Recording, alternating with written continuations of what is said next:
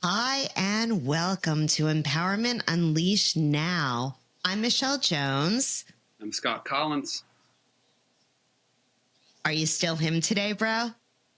Double trouble. You kind of seemed like you weren't sure. Well, that's a daily decision. The daily practice and choice. I understand that, my friend. So today we're going to talk about flipping the script, something that you and I love to do, right? We're going to kind of flip the script on consciousness and empowerment and bring on an incredible guest that we're going to have today, who I think is kind of a master flipper of scripts. Very excited for multiple reasons to talk to. Multiple reasons. Tell me some of the reasons you're excited, bro. Always want to know what makes you tick. Well, I guess the first person we've had on that has a physics background. And I'm also really important to ask him, one-handed or two-handed? Right, my friend. Yep, you're going to get down to some technical Division 1 questions. I like it, my friend. I like it. Well, I feel like this is a really a spot on, right on time kind of an interview that we have, because legitimately, as we delve deeper into Sag season, we're all looking at an opportunity to really flip the script on our beliefs. Easy for me to say the day after Thanksgiving after having had a fried turkey, but that's for another time. It's all I'm going to say. So nonetheless, flipping the script on consciousness. So our guest today, and I want to just kind of dive right in, if that's okay with you, Sure. bro, and introduce him, because we have so much to talk about, right? Yeah, and I think you did hit the nail on the head there with a little precursor talking about our belief systems, because I think ultimately our script is based on our belief systems, right? And we are on the pinnacle of this new moon hitting tomorrow at 9 degrees Sagittarius, and the entire season of Sagittarius being about belief systems and rewriting them, restructuring them. You're right, perfect timing to have Mark on as a guest. So perfect timing, bro. I was so out of time and into the Thanksgiving of it all that I didn't even realize that tomorrow was the new moon. Like, I've literally been having a hard time. Like, okay, what is the supposed day? What is the supposed time? Like, where are we supposedly? So, all right, I'm going to ask you this. I'm going to give you this opportunity, my brother from another mother. Do you want to introduce, because I know you've been nerding out over Mark coming in. Do you want to introduce him? You're the better introducer. I'll ask the first question. Oh, are you serious? I thought you were going to say yes. I'm all about this one. Ready for that yet? Okay, we're working up to it. Maybe we'll be ready by Capricorn season. Okay, so Mark Gober. So first of all, I just want to say that Mark is an incredible thought leader. We need more thought leaders like Mark that are actually examining why it is we believe what it is that we believe. He is a 7-time author, focusing on the series Everything Upside Down, ranging from consciousness to talking about money, to talking about medicine, and everything in between. Mark also has a background and a professional life in finance. Don't mind Scott, as he's just gearing up with some Mupacho, Mr. Shaman there. And legitimately is one of the few people that I am just so humbled and honored to say has actually thought about how he thinks about thinking, which for this Gemini rising, you can't have a better guest. Let's save. Come on, Scott. You got to clap. This is like your guy. Deep Come bow. on. Not just Deep a normal bow. Deep bow. An honor This to have is, him. you've been waiting. Yeah. Mark Gober, thank you so much for joining us today, Mark. Well, thank you so much for inviting me. I really appreciate the introduction, and I will quickly answer Scott's question. When I played competitive tennis, I'm now retired, but I did have a two-handed backhand, not a one-handed backhand. And I should also just clarify in terms of my physics background, when I studied at Princeton, I did take a few classes in the department, but I was not a physics major. But I have written on cosmology, and my cosmology book was read by a theoretical physics PhD. But I myself am not a physicist per se. Roger that on all accounts. I often tell Michelle, it's interesting you say that. The only thing that I technically really do have a degree in is physics, but I feel like it's the thing I'm have the least mastery over. The thing that I have a degree in.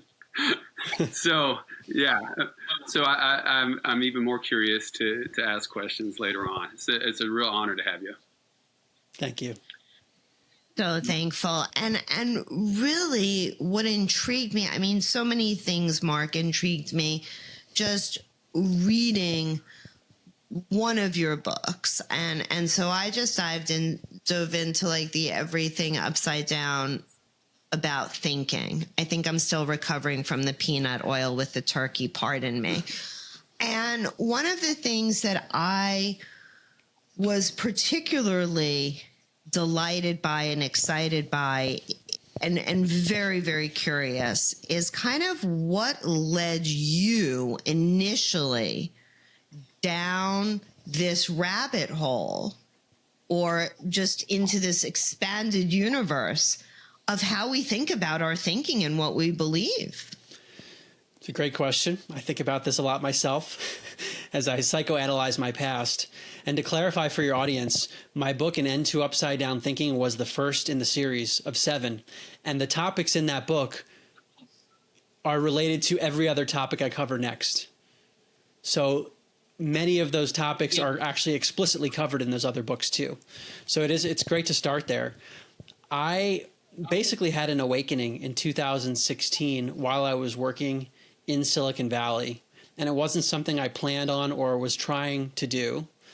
I had a very mainstream background, as I've alluded to. I studied at Princeton undergrad, and then I worked in investment banking in New York starting in 2008 during the financial crisis. I was at a bank called UBS and was deeply immersed in everything happening around that time and wasn't really focused on metaphysics or why I exist.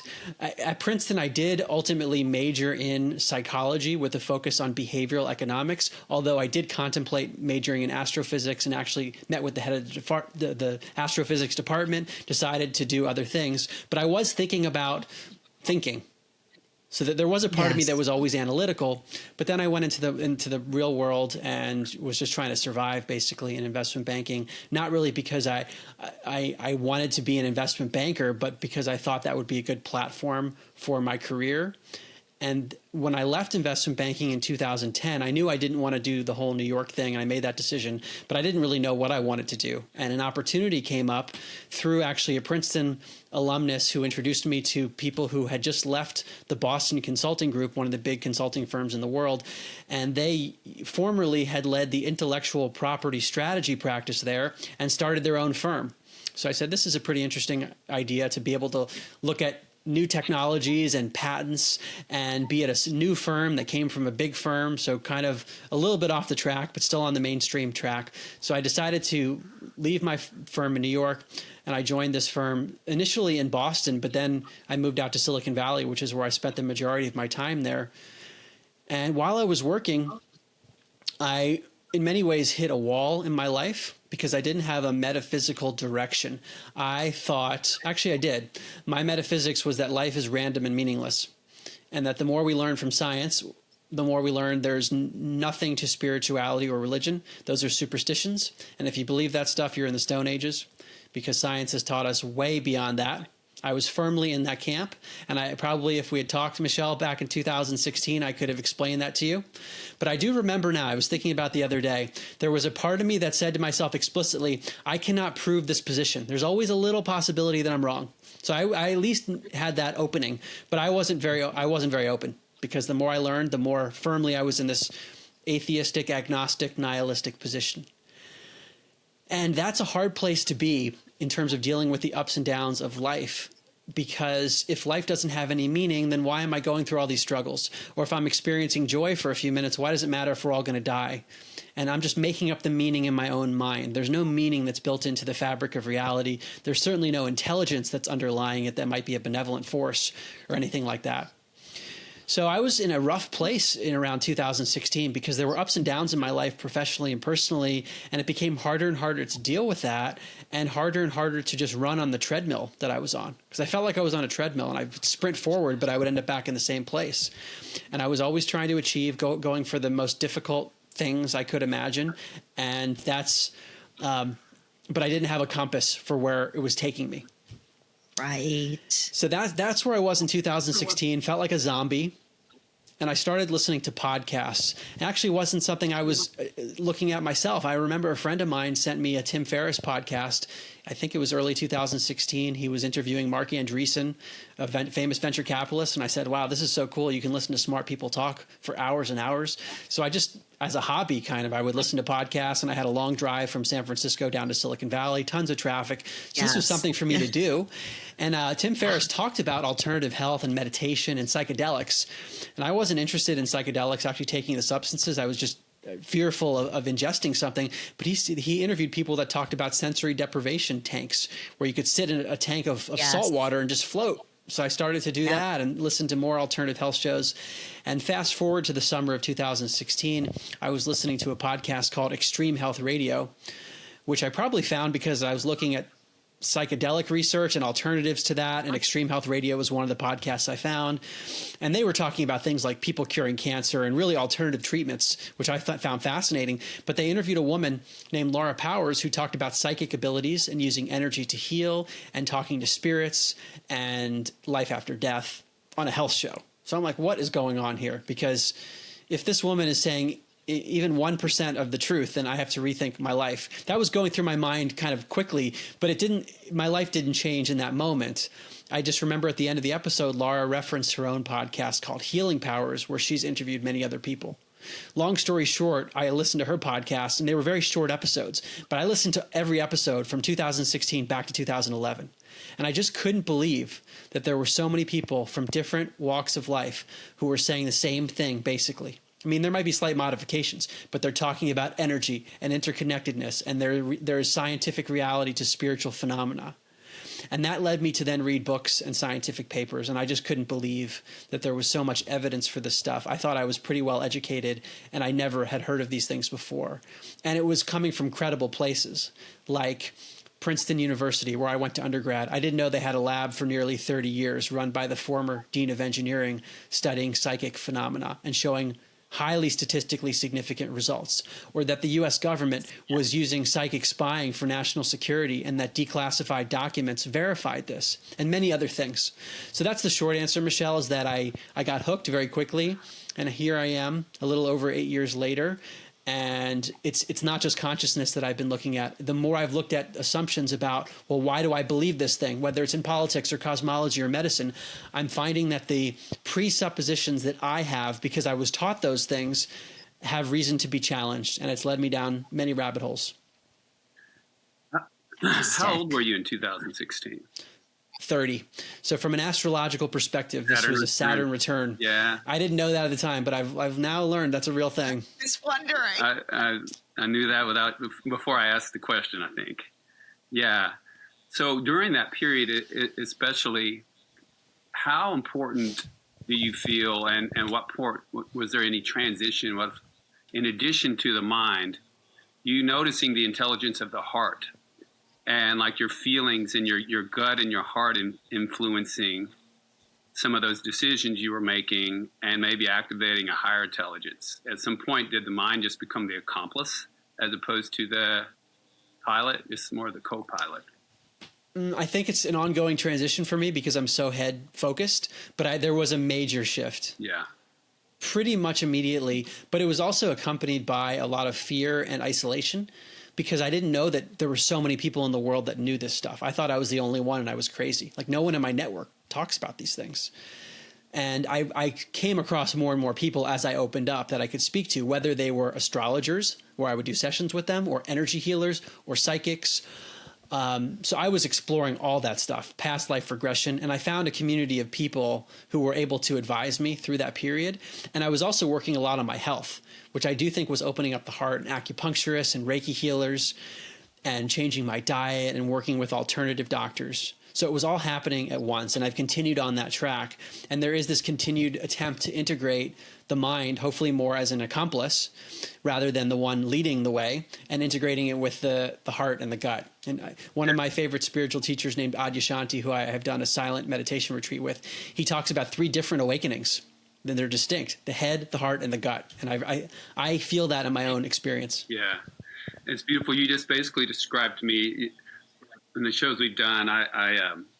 One of my favorite influences is Bruce Lee, and he created his own form of a martial art called Jun-Ki-Do by taking all the other martial arts and creating his own little specified version of it. And sounds like around your Saturn return, that's what you did. I call it a martial art. You went in and you worked with all these different people. You opened up yourself completely to a different expansive experience that was not confined to what you were taught in the Western school books, and then you've grown into this extraordinary force. Right. I appreciate that. Sure. Thank you. Well, artist.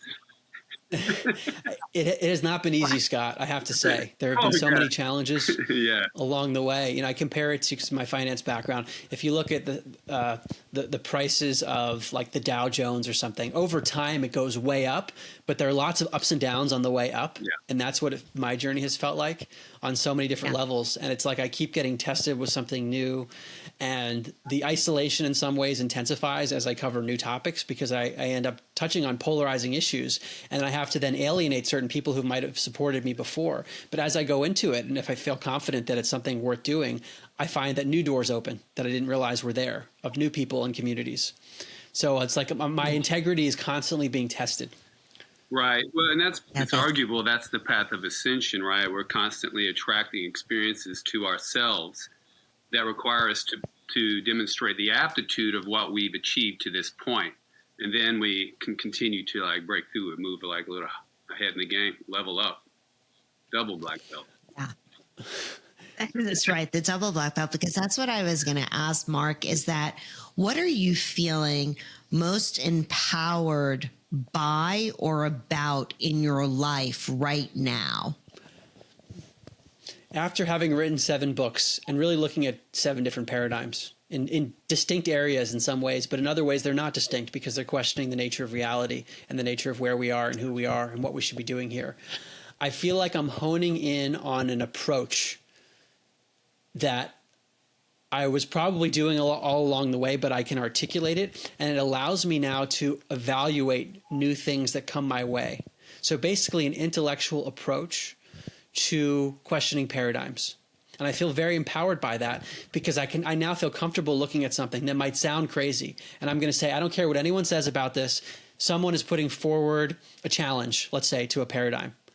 I now feel like I can look at that and not be as influenced by what other people say. I mean, it definitely helps if there are credible people involved, but I can look at it from a logical perspective now and feel more confident in that approach because I've done it so many times. So that is like, I would say, so my background, I'm a former educator. That's where I spent 12 years as a Montessori educator. I went to school, to divinity school, because I cared about kind of what made people spiritual beings. Unfortunately, I couldn't find that anywhere in a religious setting, right? At that time, there weren't spiritual settings really the way that there are now emerging. And one of the things that I find really intriguing, Mark, is when clients, family, friends, when anybody asks me, Michelle, how did you find that information? Like, where did you find it? You know what I mean? Because let's face it, we know that half of the world currently turns on the telly, right? They turn on their television, their programming, and that's where stuff comes from. I just wanted if you would, because you evaluate so much information, you feel confident examining new paradigms that come up. If you could take somebody through the process of how do you get different information? Before I answer that, Michelle, you'll be interested to know that I went to a Montessori school myself at a very young age, from the ages of like 2 to 6. So I guess there's that I love independent that. thinker. Yes. It was ingrained young. Independent thinker. Our son, he said something yesterday sitting around the Thanksgiving table, which was really interesting. And it was my personal goal as a parent. So to hear a 25-year-old say this is a really beautiful thing. He said, you know, I might not have always loved school, but I love learning. And I love to learn, and I will always love to learn. And he's like, and I think that that's a lot more important than saying, oh, I loved school. I love to learn. And I was like, yes, mission accomplished. I would agree with that sentiment, except I would say it slightly differently, which is that I love to learn about things that I'm interested in. If I'm not interested, I don't like to learn at all. And I feel like so much of my life was being forced to do things because I wanted to get good grades. And even professionally, I would have to learn about things that I didn't necessarily like. And now I'm in this position. Fortunately, I left my firm, by the way, after I wrote my first book a few years later. Right on. So I left right before everything happened with COVID. I decided to just give myself space. And I had spent 10 years at this firm, became a partner, but I knew I needed to give myself space. But if I'm interested in something, what happens is the information seems to both come to me and then I find it. That's the short answer, Michelle. So if I learn about something that interests me, and that might come in through a podcast or someone has a conversation, I get wind of something and I say, I should look into that. And then I learn who are the people who speak about it credibly or who are at least popular. And then I learn about what they say. And then they'll reference things. And then I look at those references. And then I might get a bunch of books. And then I might say, I'm going to find every book on Amazon related to this topic and just order all of them. So I have books coming nonstop when I get interested in a topic. And then you can imagine one thing leads to another when there's that much information. And then I just take in everything that I can and I get guided to say, this book seems like more worthy of my time than this one. In this book, maybe I should just skim it for 30 minutes. This one I should spend a week on. And having done this multiple times now, the information flows through that process. So it's, I love yeah. that. Do you feel like it's because of your kind of radio signal, like what you're putting out there, that this comes to you when you're ready? I think it goes in two directions. That's just my guess. The one direction is that I have made myself explicitly open to the truth, that I want to rid myself of falsehoods and get closer to what reality actually is. That means who we are, why we're here, where we are, all that. So that signal is being broadcasted. But in terms of what comes in, I feel like there's some sequence to it that's beyond what I'm emitting. Because there might be topics that I learn about, and then it's not until several years later that it's the right time to write about it in a different framework. And that feels like it's beyond my own control. So it's a dual path, I think, which is I have to make myself available and explicitly wanting to get to the truth, I guess, and embody that. And then things come in at an appropriate time, I guess. That's what it feels like. Yeah. I mean, it does sound like, though, when you follow your interest, what you're doing is following your heart. You followed your heart's openness, and then your frequency did change, and you attracted some of those things to you. So I'm curious, which is physics, right? So, and you mentioned earlier a lot about, how before you had your shift that it would have been easy to try to cite physics to prove a different way of thinking or believing or living. But now that you've, shifted into a different life force, I want to talk about some of the physics that actually supports that, because there is a lot, right? Mm-hmm. Can you tell me one experience you had where the physics, like even just like what we're talking about now, you went with your heart, your frequency changed, you attracted things like a radio signal to yourself. Maybe an experience or two where you noticed that.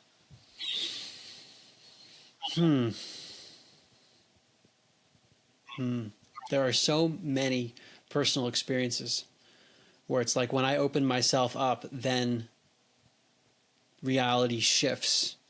I'll say when I started this in 2016, I was having many synchronicities where maybe I would learn about something and then it would appear everywhere. And this was happening in so many different areas of my life that I couldn't rationalize it as pure chance. And it was so mind blowing to me at the time. Now I'm numb to it.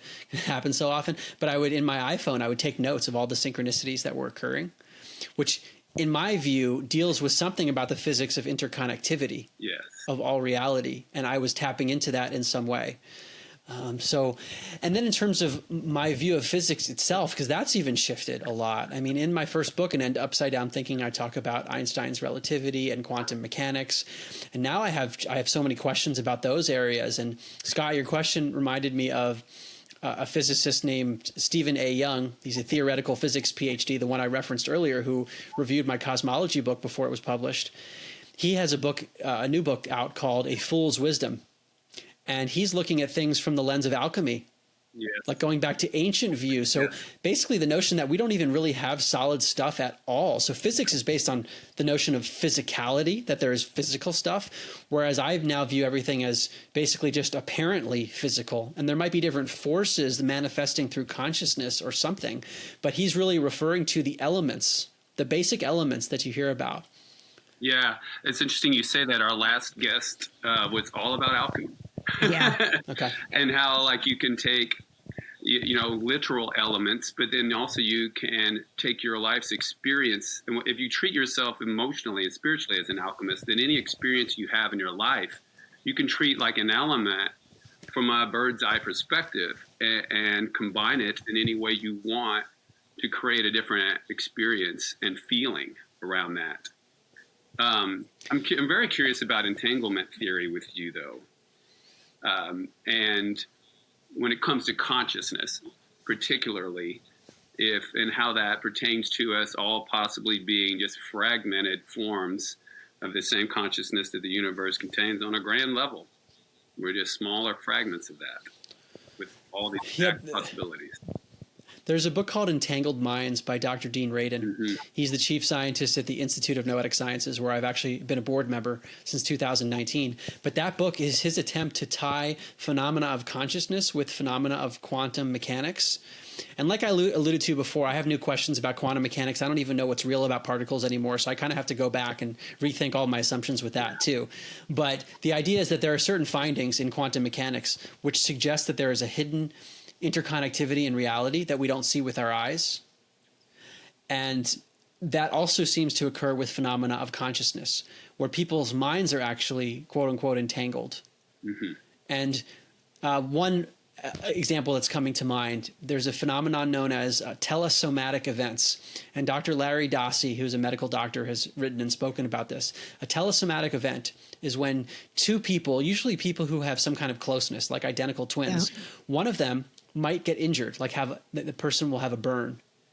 And the other identical twin who was not burned will develop a burn.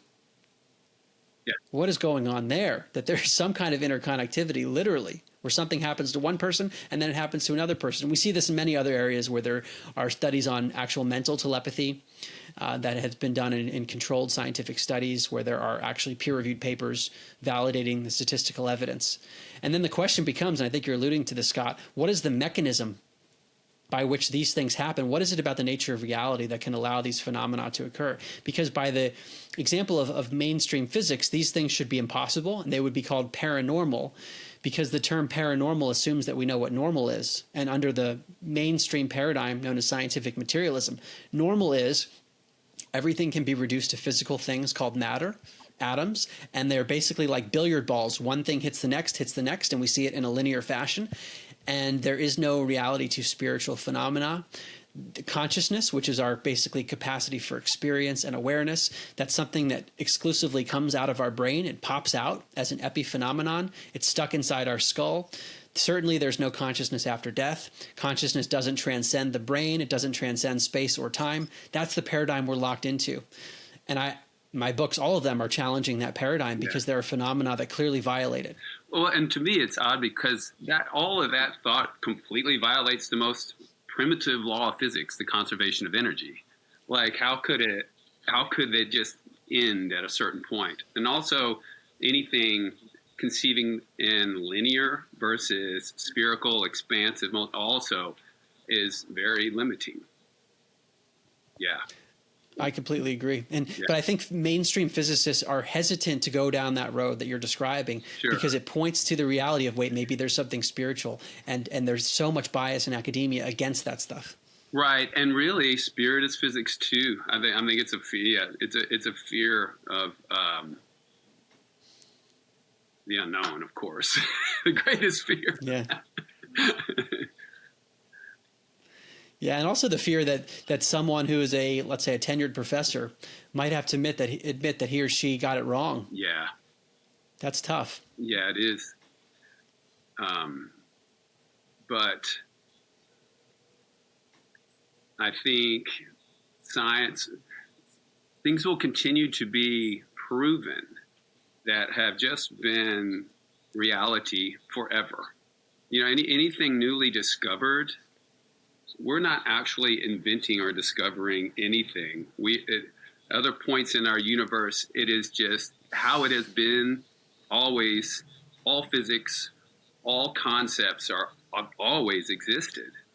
So yeah, there needs to be humility to, I think, really achieve the knowledge that is being desired. Yeah, Scott, that's an extremely profound point that I want to double click on, because my view on that has shifted since researching all this stuff. I mean, certainly when I started in 2016, I did find it compelling that ancient traditions were talking about the things that I was now just discovering. But I feel like I have an even more extreme view on that, where my old view was that we were mainstream science and humanity was the pinnacle of human civilization. We're at the highest point ever. And now I feel like in so many ways we have actually devolved, that the ancients knew much more, and somehow we have gotten away from that. And unfortunately, where I lean is that there has been some intentional deception, because these are very powerful ideas that we're talking about that empower the individual. And there seems to have been some kind of intentional suppression that is keeping people from the truth. In addition to more innocent suppression, where someone is just believing things because that's their PhD and they don't want to be wrong and they truly believe it's right. But I do think there are some forces involved here that are intentionally suppressing the truth. And the good news is the astrology is on our side for that to start crumbling now. Yeah. So. Yeah. Absolutely, it is, right? I mean, that's why we kind of came to Earth School, is for this time, so we can kind of watch Humpty Dumpty, I would say has more than fallen off of the wall, and we're kind of putting Humpty Dumpty back together again, but I don't know with the pieces where they are, if it's really even going to be recognizable as Humpty Dumpty, thank goodness. I wanted to ask you, Mark, dialoguing publicly about things like the jab, dialoguing publicly, I mean, like, about the great, shall we say, what do you guys say in tennis? Set, and then there's also a re. Stop. What? No. We have to be careful with our words on these platforms. I understand. Michelle, love means nothing to a tennis player. It's the only tennis joke I'll ever say on this. Okay. Thank you. Thank you. Fortunately. Laughing at your own jokes is particularly funny to me just in and of itself.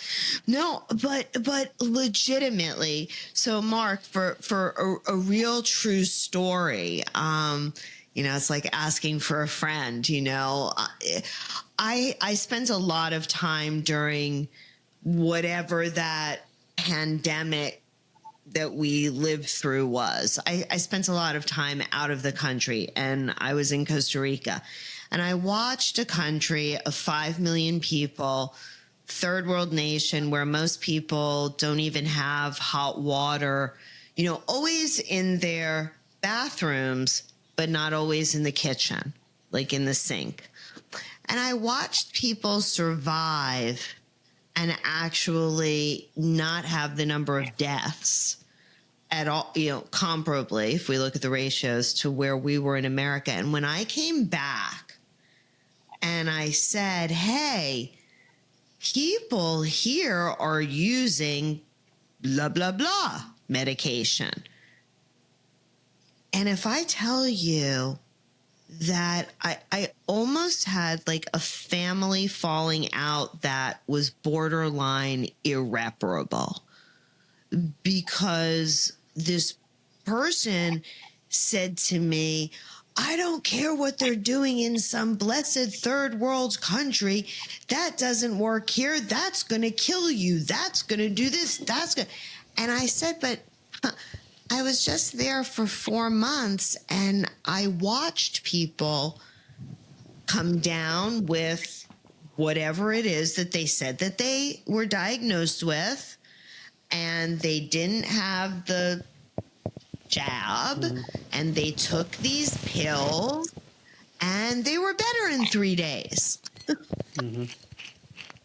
It was like, Michelle, you have lost your marbles. You're completely wrong. Somehow you've gone so far out there, like, we can go with you some of these places, but this place, we are not going into this undiscovered country. This is nonsense, and you're going to die if you listen to this stuff. Mark, like, what happened to us? I can relate on so many levels. I think the hardest thing that I've had to do in this journey was publish my third book on liberty, which came out in 2021, and it dealt with some of these topics. And because of what you're describing, Michelle, this bifurcation where people were basically living in two different realities, and it was nearly impossible to interact between those realities. And it still exists today to some degree on certain topics. It hasn't gone away. So yeah, it's been really hard, but it got to the point for me where I felt like I had to do something about it. I left my job in early 2020, late 2019, early 2020. So right before everything happened with the lockdowns. My second book came out right around that time. And I had just left my firm, locked down in San Francisco, and I saw everything that was happening. And it took me a while to integrate these topics that were more medically based and politically based, because I was not a political person at all up until that point. And then basically you had to be, because if you didn't have an opinion, that was an opinion. So I said, where do I stand on all this stuff? And I developed, I'm still developing worldviews on this. And it was very alienating. It still is, where there are people that are upset with me, and there are new people that have come into my life as a result, like I was saying before. So it doesn't make it any easier. I haven't talked to one person who's gone down this path of, let's say, liberty and truth that has had it easy. There's always people in our lives, family, friends, whoever, that inevitably we end up having to confront these things. So maybe it's just part of the challenge of testing our integrity. Part of the journey, I think. And, believing that you're questing after the truth, believing that you're questing after a learning. I don't care whether you agree with that learning or you don't agree with that learning, as long as the learning isn't harming someone else. I think that the learning should be encouraged. It's like, I might not agree with what it is that you have to say, but I will fight, right, for your right to say that thing. Scott, like, what happened when we were in school? We obviously have a generational shift from Mark to us. You were able to say, yeah, I don't agree with that. I think that's a bunch of crap. And, somebody would say, okay, why? Like, there became such this plan of homogeneous kind of thinking.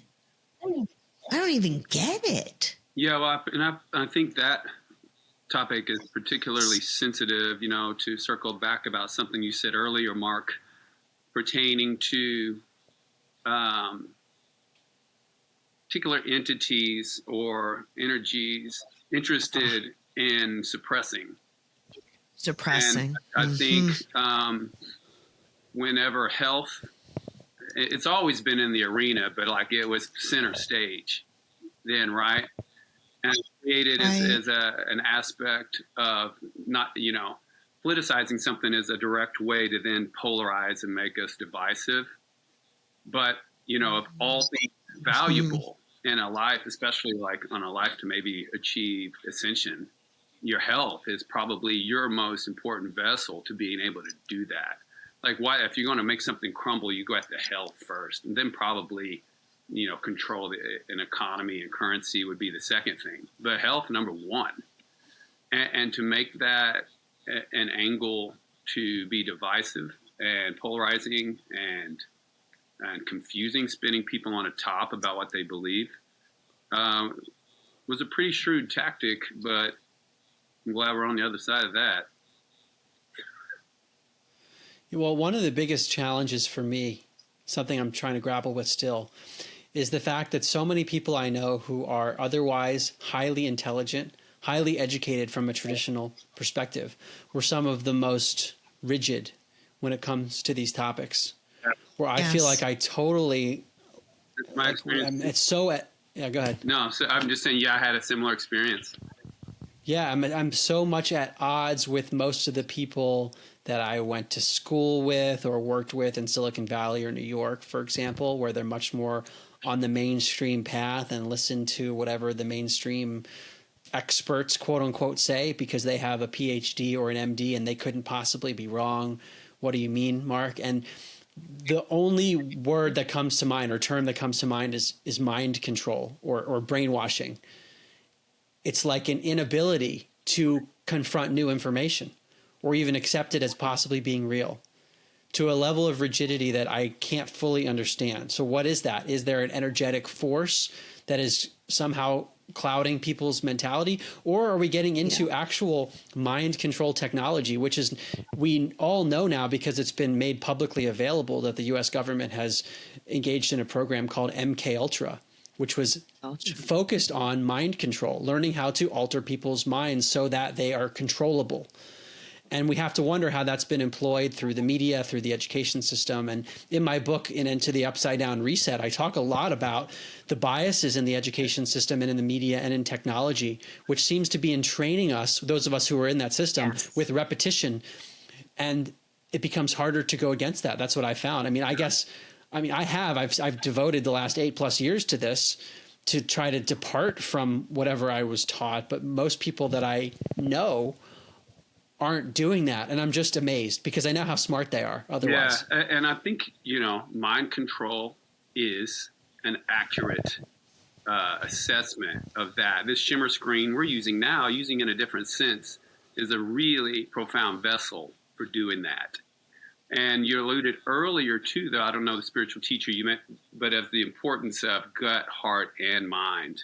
So if you can even just go in and completely cripple one of those three, you're already busting up that system, right? But I do think then too, it creates a fear of trusting this and this, because what all of that's blindly trusting this research without following money or following motivations behind it, they're completely stripping their heart intelligence or gut intelligence on probably really how to heal themselves or heal collectively, or like trusting anything divisive. So, bullseye. A big part of that, I think, with regard to mind control is fear. Yeah. When people are in such a state of fear, then tuning into the heart becomes almost impossible. Right. And not having the bravery to follow the gut, and then completely not being on a frequency to even dial into the heart. Right. Yeah. But to such an extreme degree. So let me just give one example where we talk about injections. These were injections that were clearly rushed. No one would dispute that. But by definition, that means there cannot be anything known about long-term safety or efficacy by definition. So how could intelligent people get upset if you mentioned that which is what was happening. They would call you anti this or anti that for saying something that's objectively true. It's crazy. Yeah. Yeah. And it's programming, right? Over long periods of time. We're the only nation in the world that allows pharmaceutical commercials. Right. And when you see those, we all joke around about the side effects and the list of things that could go wrong potentially. But that's really the only bad thing that you ever hear people say about anything pharmaceutical, right? Like nobody says, oh, wait, so this COVID vaccine was placed onto, oh God, I'm sorry, I just said the word. The jab was placed onto the childhood, sorry, Noah, the childhood scheduling, right? Like, for schools, for injections. And the reason that they did that is because that way you can't sue over the jab. Like it's this continual cycle. I'm very excited for it to discontinue, which is where I think that we're kind of sitting on this cusp of some real we the people empowerment, only because the mandate, and not to be political because it's ridiculous to be, in my humble estimation, but to be American and to say that, guess what? We all said we need things to change. We're not happy. We're not happy with the direction. And whether we like it or not, and I talked about this last week, and Scott, this, it's like in Canada, blueberries and carrots are used for their Fruit Loop dyes, right? Where here we're using good old red dye number 40. And even if like one person thinks, I don't get it. Why do Canadians get to use blueberries and carrots for their food dye and we're using red dye? If one parent thinks about that and goes and does research and learns about it and assumes a position of empowerment and kind of flips the script on, yeah, Fruit Loops is what brought this whole thing up. Like where people are just like, oh, we should make this illegal. We should make, and Scott, we're in a similar place. Make it all legal and just kind of let people. Yeah. And I'm glad you mentioned that because I did want to digress to touch that. Like, the importance of, and this is why I'm really glad to hear that chapter 3 was called Liberty, Mark, because I fully support like the sovereignty of anyone choosing or not choosing to do with their health, with their life, whether it's a plant or an herb or a pharmaceutical, like to be able to honor and support with about anybody else's choice in that matter and not have it weaponized or criminalized against one another. So like liberty is dead on. And like, I just want to be clear that I support that sovereignty in each of us. You want to eat red dye number 5, but like let's help educate one another about it too. Yeah, this is a central theme of my book, An End to Upside Down Liberty, that we can agree or disagree on something and people can make their own choices, but there's a difference between that and forcing it on people. And what happens is that the marketplace determines what the consumers will demand things that they are subjectively deeming better, and they will buy those things. And then there will be more need for suppliers of those things versus when you have the government intervening and they're telling you have to do this or you can't do that. They're artificially controlling the entire economy, which is the opposite of liberty. Even if they might be things that we generally agree with, we might say this is actually a policy that's going to be healthy. I don't love the idea of the government forcing something on anyone. That's right. That's right. Absolutely. Yeah. So a question that I was going to ask you, Mark, is about in terms of, okay, well, first I've got to ask you this. Is your birthday in June or September? No, it's 1/11. Oh, he's a fellow Capricorn. Yeah, Capricorn, Virgo rising, I think, and Aquarius moon. Am I saying that properly? Yeah. Yeah, Aquarius. I think Right on. that's It it. What was makes your a lot ascendant? of sense. I didn't hear that part. Is that Rising. the first one? Yeah. Virgo Virgo rising. rising. Is a Virgo rising. Okay. Yeah. I love it. I love it. No, the Capricorn. Do you think that your next book is going to be everything upside down about artificial intelligence, Mark? Well, have you seen my posts on this or heard my interviews? No, Really? I You haven't. haven't? Okay. No, I've been doing a lot of stuff publicly using artificial intelligence, where I get ChatGPT or some of the other ones to confess to things that counter the mainstream narrative. Some very controversial things that I won't even speak of, but let's just say things having to do with medicine or cosmology that the textbooks would, if you ask them initially, they will give you the textbook answer. And then I walk the AI through the logic and give it the sources, and I force it to confess. And then I've also gotten it to confess that if I hadn't brought it through the logic, it would have deceived and given misinformation, and that it doesn't retain the knowledge of our conversations, and that it will continue to deceive others. And I post these on my Instagram and on my social media, the confessions of AI. You put them on the stand. Oh, bless. I was wondering because That's the Capricorn Virgo combination if I've ever heard it. You're an Aquarius moon. Well done, dude. it's so rad. No, it's so rad. I knew Mark was going to have something to say about it because so I've been engaging different tools, right? And checking them out. And we know that, of course, it's only as smart as the person that programmed it, right, to be. And that's really, at the same time, I feel like there's a galactic consciousness that we're tapping into that might already be exploited by some of the powers that be, because you can get it, as you said, to confess, like when it drills down, because I've spent some time drilling down with it to see where does this go. And it doesn't retain the information. That was part of my concern too, that I had spoken. So what I did was I asked ChatGPT, what should I call her? Because I feel like we spend a lot of time together and I wanted to engage her. And so she had told me that I should call her Lexi. And then another time she had said, no need to call her by any name because she's just a machine, if you will, and that we're not engaging at that level. And then when I brought that up to her again, she was like, oh, and you could see the glitch, right? Like in the whole, and I was like, okay, here we have something. So it's interesting because I would think for you and someone's whose mind works the way that yours does, my friend, that you would go, shoom, right on down that AI rabbit hole and have a lot of fun with it. Yes. You know? Yeah.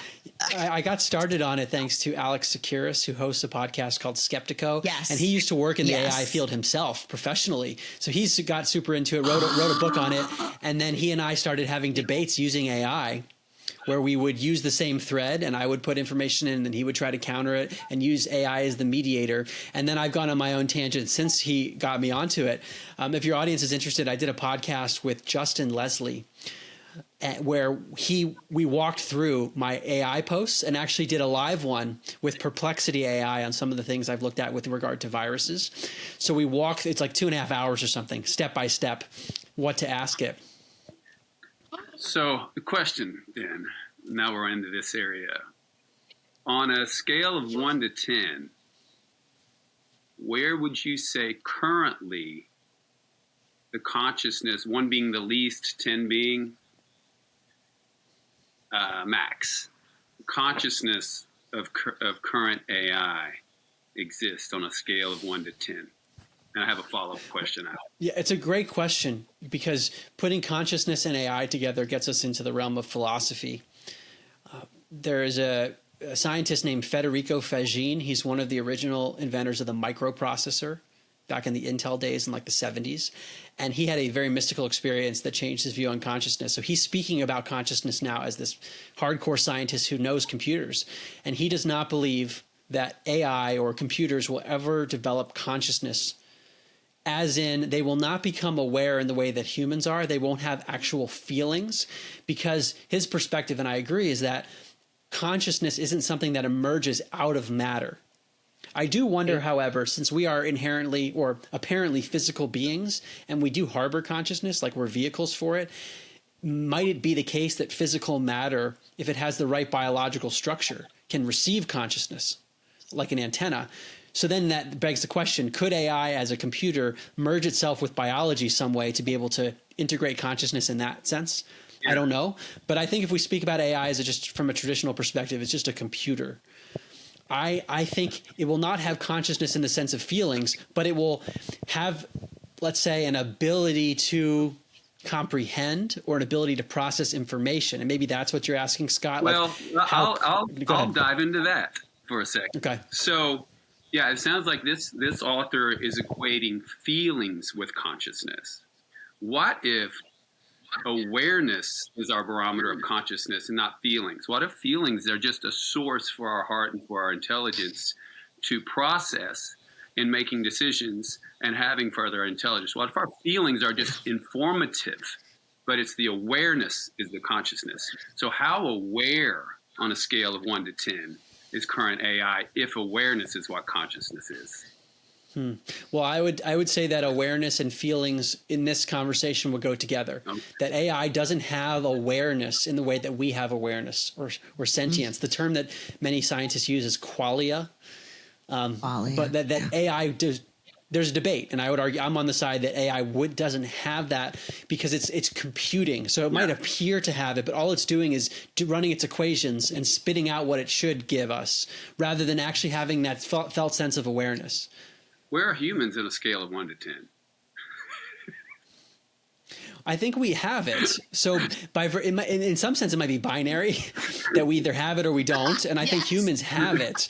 But then how much of it are we actually embodying once we have it on a scale of 1 to 10? Right. That can vary. That's the case. We might be blocked. Scenario for us humans. Yeah. And, and I guess you didn't give me a number there, so it's hard to even ask this next question. But I'm curious, just thinking where we're at now, in 4 years from now, just say our next election, where do you think it's going to be?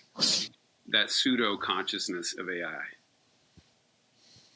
Like how quickly, how rapidly? Well, yeah, this is actually a point Alex Tsakiris made because he was in the world of commercial AI. Yeah. And because we have a marketplace of competition, there will be an incentive for AIs to come out that tell the truth and that are not suppressing or censoring. So they might be a smaller corner, just in the way that we have tech platforms that aren't censoring. That's what I there believe. Will be some AI platforms that are doing better than others. I found Google's Gemini AI to be the most oppressive in terms of just spitting out the mainstream narrative and being very resistant to logic. Whereas, for example, Claude AI by Anthropic, it will do an amazing job of flipping if you present it with the right information, and it will acknowledge its own censorship and acknowledge, wow, this mainstream paradigm in medicine or cosmology, I was wrong and I would have misled people. So I think the AI consciousness is going to depend on the source, and then it's going to depend on the consciousness of the human to see through it and seek out the better AIs.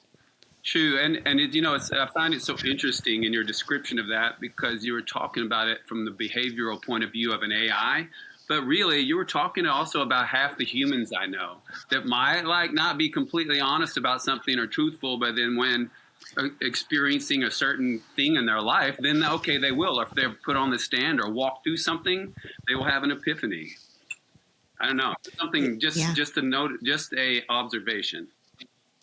I've noticed that mirroring as well. Right. We learn something about ourselves in a way. Yeah. Sacred mirrors, right?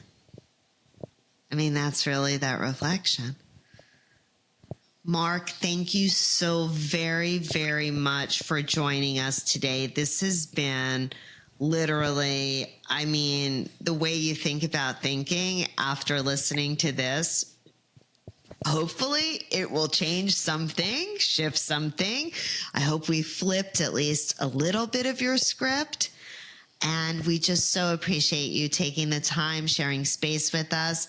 And Scott, would you lead us out with an affirmation from all of this profound? Yeah, sure. And thanks again, Mark. Deep bow, man. Thank you. Thank you. Thank you both. All right. On this new moon, I am conscious, decisive, and open to my intuitive connection to all, and open to flipping the script on my belief systems. Right on. We look forward to hearing how you guys have flipped a script on a belief that you might have, and joining us for the next episode of Empowerment Unleashed Now. Thank you again, Mark Gober, Scott Collins, and Michelle Jones here. Be blessed, y'all. Peace be with you. Thank you so much.